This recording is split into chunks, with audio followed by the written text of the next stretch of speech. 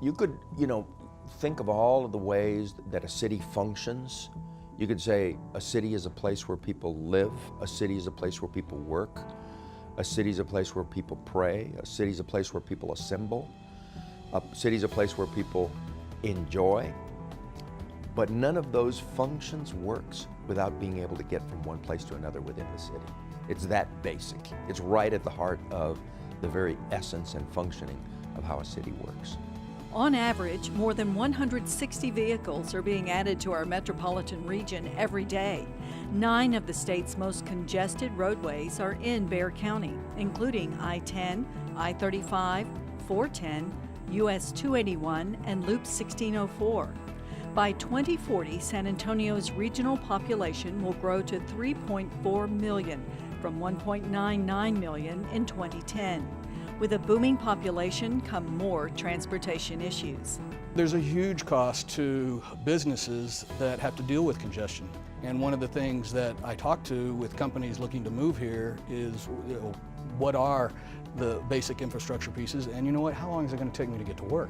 I think it's important for everybody to know that our streets are safe. Certainly that's important to me as well, to my wife, my kids, my grandkids that are out there running around on the streets. So safety, I think, is a real important aspect of everybody's view of what transportation is all about.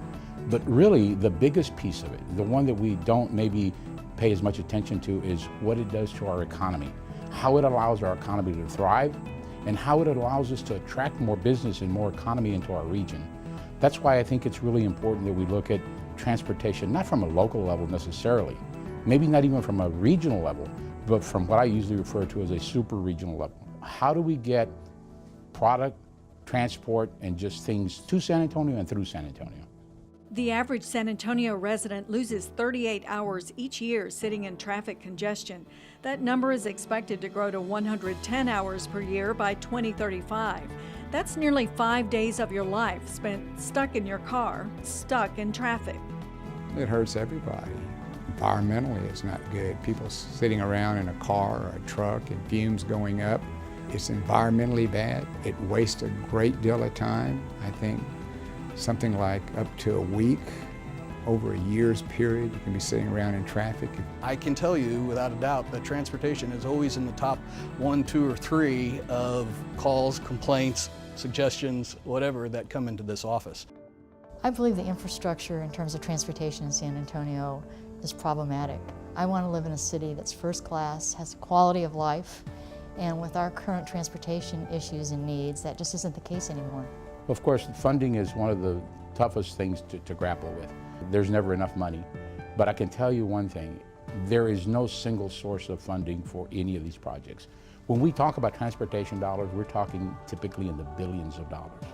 And there is no one agency, whether it's at the local, at the state, the county, or even at the federal level, that can afford or is willing to put that kind of money into one area. So it's going to take a collaboration between all agencies to make sure that we can collaborate our dollars, find multiple sources of funding so that we can get these projects done. I'd like to think that there was a singular answer, and there's not. We all know that in this state, transportation is a difficult subject. The fuel tax hadn't been increased since 1991. It's lost purchasing power. It's lost to inflation. It's lost to people getting better gas mileage. It's lost to electric cars. So the revenue stream is not what it used to be for transportation because of those reasons. I want every available tool in the toolbox I can have. The growing pains that we're experiencing are significant, and it is because people want to live in San Antonio. It's a great community.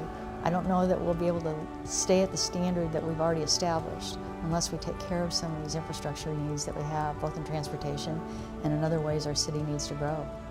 Mobility. It's not one mode, it's mobility. That's the key word. Keeping the city flowing, keeping goods and commerce flowing, keeping people comfortably flowing. And in modern American life, that's an essential part of building a great city. To learn more about transportation solutions, visit www.samcoinc.org and like us on Facebook and follow us on Twitter.